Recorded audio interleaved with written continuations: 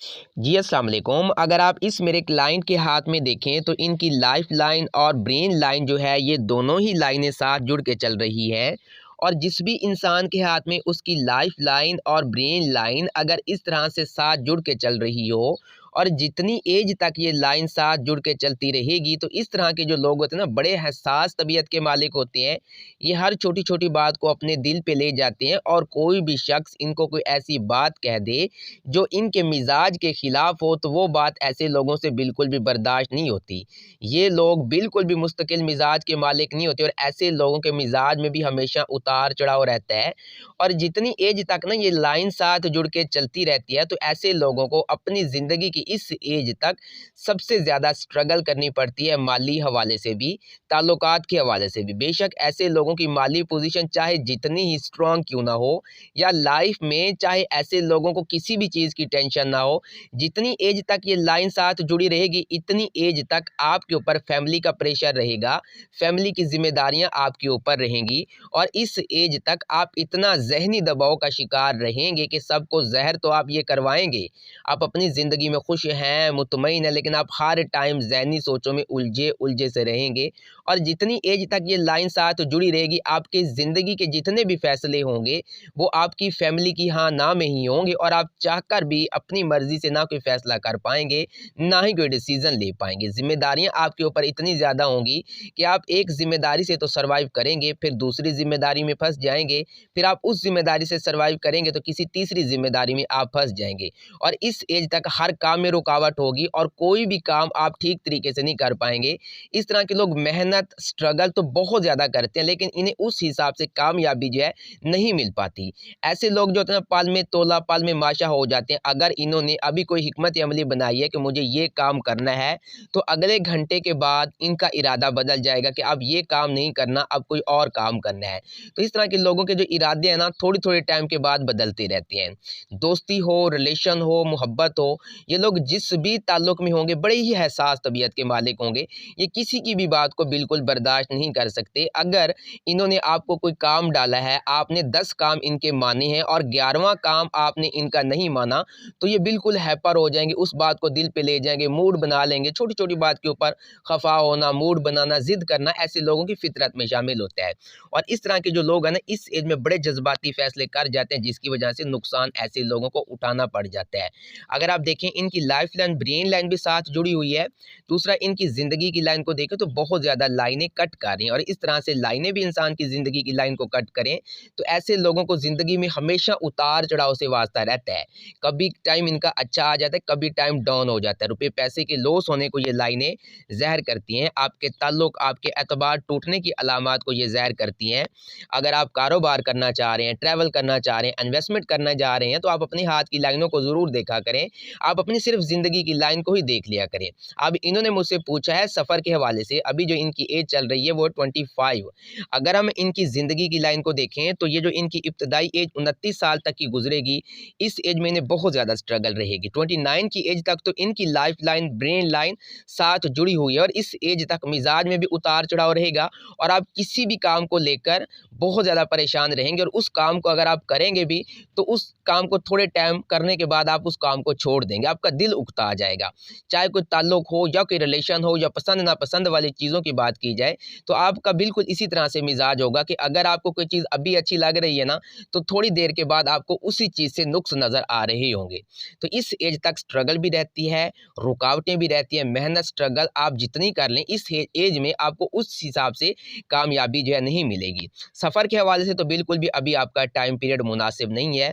आपके हाथ में अगर हम देखें सफ़र की लाइनों को तो सफ़र की लाइन आपके हाथ में वाज़ेह तो यहाँ पे देखिए मून माउंट पे ये छोटी छोटी लाइनें ये भी ट्रैवल को ज़ाहिर करती हैं। दूसरा ज़िंदगी की लाइन अगर इस तरह से एंड में 2 पार्ट में डिवाइड हो जाए, इसके ऊपर इस तरह से जजीरा बन जाए तो ये भी ट्रैवल को ज़ाहिर करती है। लेकिन सफ़र के हवाले से इतना बेहतर टाइम पीरियड भी नहीं है आपके लिए। अगर आप यहाँ रहकर कोई काम करते तो ये ज़्यादा आपके लिए बेहतर रहेगा।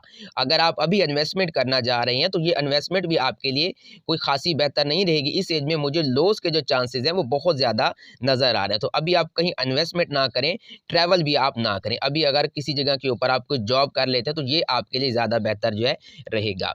29 की एज तक तो लाइफ लाइन, ब्रेन लाइन आपके साथ जुड़ी है। इसके बाद देखें तो ज़िंदगी की लाइन को लाइनें काफ़ी ज़्यादा कट कर रही हैं। यहाँ पे देखें 35 की एज में ये बड़ी लाइन आपकी लाइफ लाइन को कट कर रही है, और जब भी कोई बड़ी लाइन इस तरह से ज़िंदगी की लाइन को कट करती है ना, तो ये वार्निंग देती है कि कोई मेजर लॉस होगा, हेल्थ के रिलेटेड इश्यूज़ बन जाते हैं, या ख़ानदान में अज़ीज़ रिश्तेदारों में किसी की डेथ हो जाती है, तो उसका इम्पैक्ट सीधा माइंड के ऊपर पड़ता है कि इंसान कुछ टाइम पीरियड तक मेंटली तौर के ऊपर नॉर्मल नहीं रहता। अब अगर हम देखें 35 की एज के बाद आपकी लाइफ जो है काफ़ी ज़्यादा बेहतर पोजीशन में चल रही है, तो अगर आपने कहीं इन्वेस्टमेंट करनी है ना, तो आप 35 की एज के बाद करें। अगर आप इससे पहले करेंगे तो आपके लिए काफ़ी ज़्यादा मुश्किलात, परेशानियाँ जो है वो रहेंगी।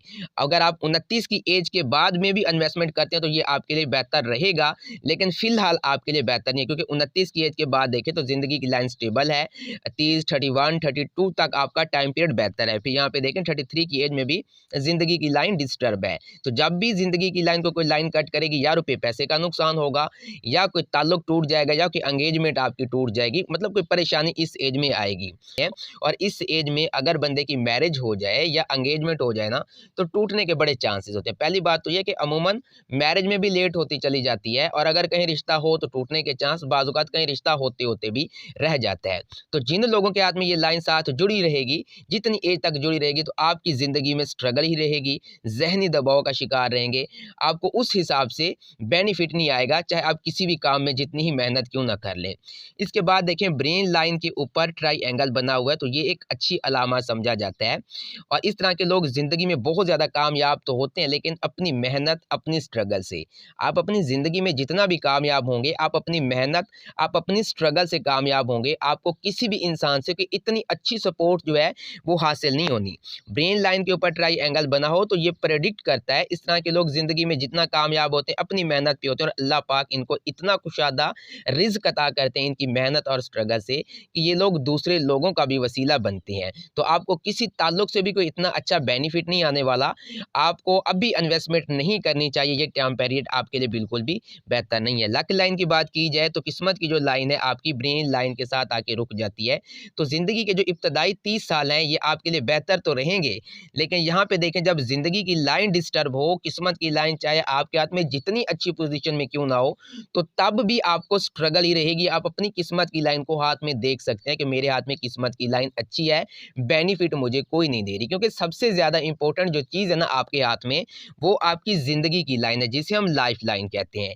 अगर तो आपके हाथ में ये लाइन बिल्कुल स्टेबल है, ठीक है, इसको कोई लाइन किसी भी जगह से कट ना कर रही हो, और आपके हाथ में किस्मत की लाइन ना भी हो, तो तब भी आप अपनी ज़िंदगी में बड़ी तरक्की कर जाएंगे, बहुत ज़्यादा कामयाब रहेंगे।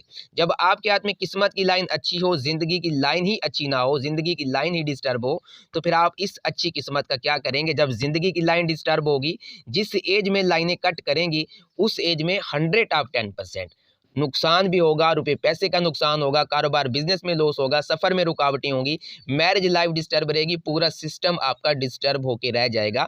आप इस अच्छी किस्मत की लाइन को देखते रह जाएंगे। अच्छी किस्मत की लाइन तो है, कोई बेनिफिट नहीं आ रहा। तो हाथ में किस्मत की लाइन का अच्छा होना ये कोई इतनी बड़ी बात नहीं है। इसके साथ आपकी ज़िंदगी की लाइन का भी एक अच्छी पोजीशन में होना ये बहुत ज़्यादा ज़रूरी है, क्योंकि हाथ में कभी भी किसी एक लाइन या किसी एक साइन को नहीं देखा जाता।